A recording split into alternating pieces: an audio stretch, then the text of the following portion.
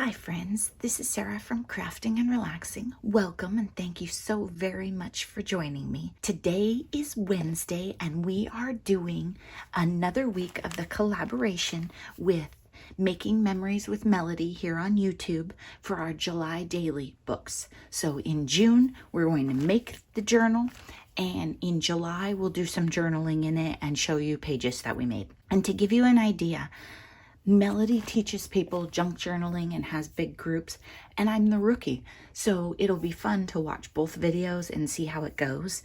This week, I honestly would really like to see Melody's video a bit more because I'm struggling a little in the middle, and I'll tell you, maybe not things I did wrong, but ways that I caused myself confusion or maybe went down the wrong path. So I'll show you a couple of those. But first, let me show you what papers I have in. I have gone through my personal stash. So some stuff that I got from a date with my craft room, who is Tasha. She likes to send me or give me junk journaling stuff that has blue in it. So this one has a beautiful blue font up here, and it's from Ladies Home Journal. So it's really oversized.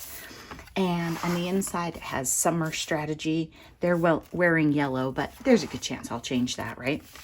This is tea-dyed paper that I did with my favorite tea. It kind of smells good. And these things were in the Fancy Flow kit that Melody made. She has some of these on her website still, I believe. So if you want to get a kit and make a July daily, you can. And this was a little extra item that she put in. It's a gel print with, I believe she said, watercolor. It feels wonderful. And that's one of the things I like in my journals is different textures and fun surprises when you turn the page.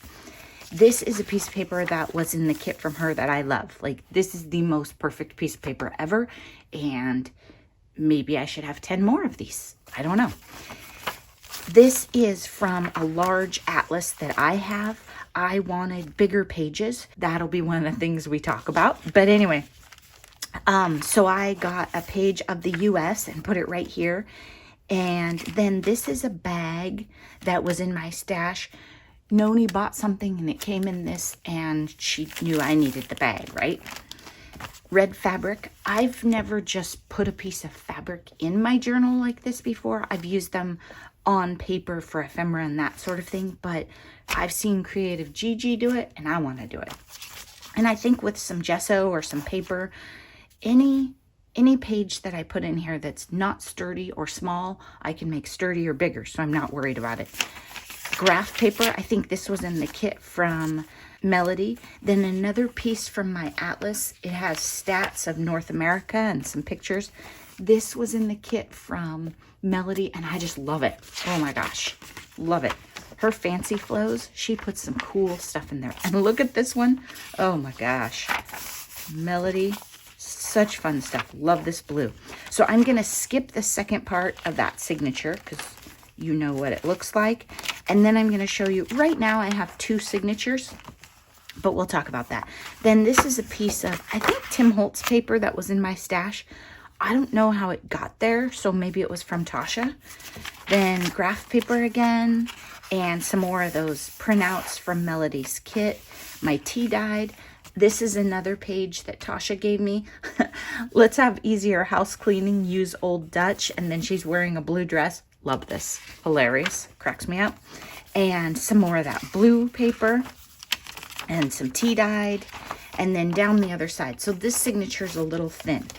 Okay, let me tell you the things that I, as the rookie, should have done a little differently.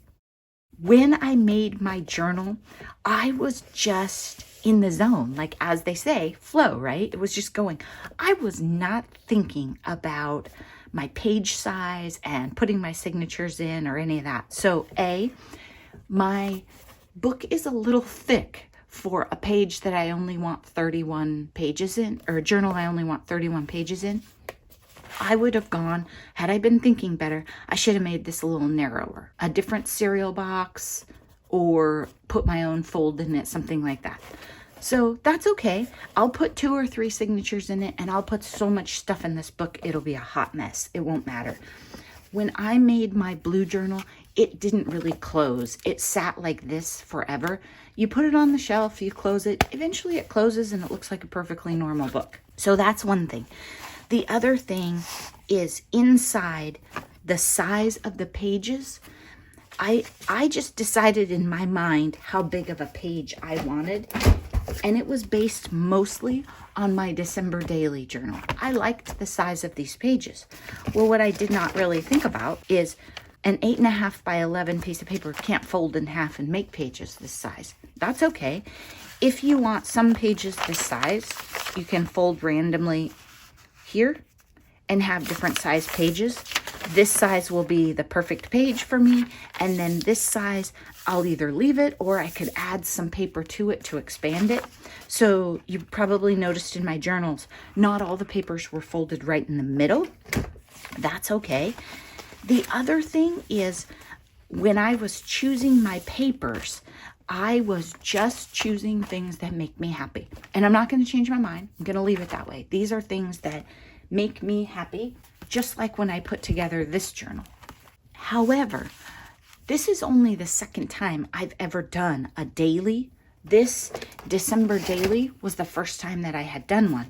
So it kind of gets hard on some days, especially I was sick in the beginning of the month, to fill in a double page layout. But this journal gave me the simplicity of every day the pages were the same, so I knew what I was working on top of. This journal is not going to do that for me. And Dina Wakley would say, it doesn't matter, it's the same. You can do the same thing on here as you can do on here. Okay, she has more experience than I do, right? This is going to be more of a challenging page for me if I choose to make this as a page. I might just leave it as a fun accent to whatever I put on this page. I can do that too. But each page will have such variety that will add more fun to it, but it will also be challenging. I could add in a whole bunch of my tea-dyed paper to make the pages simpler to work on. I have a lot of this. Clearly, we have a lot of room in the spine. I don't think I'm going to do that. So for a new junk journaler, this book is going to be a challenge. It's going to have a lot of pages. They're going to have a lot of variety, and that's okay.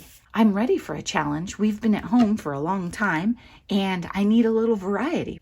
I also think that by accepting this crazy challenge that I've made for myself, it helps me grow, and I'm going to learn more. So if you want to join us and you want to keep it simpler, maybe this is your first time junk journaling and you've never done anything and you want to make it easier on yourself, get yourself a notebook and journal right in there. That is totally fine. You do not have to make your junk journal.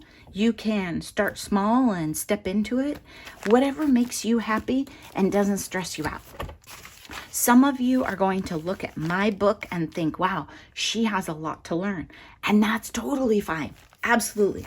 When I looked at this one, objectively, when I first made it and started putting it together, it was a hot mess. And not so much in a good way, not so much in a junk journal. Or, sometimes when I'm writing or talking about stuff and Mr. Crafting and Relaxing hears me, he's like, you're sending people junk? And I'm like, yeah, but that's a good thing. In the beginning, I'm serious, this thing was bent and warped and it couldn't stand or sit on a shelf. It got there. It just took some time. I love every single thing in it, so who cares, right? And that's how I expect this one to turn out. I don't know, maybe it'll be my July-August book because it's so big. Maybe I'll just keep going, right? I don't know how many signatures I'll put in it. I feel like it probably needs 3. I had folded everything into one today and hadn't separated them yet.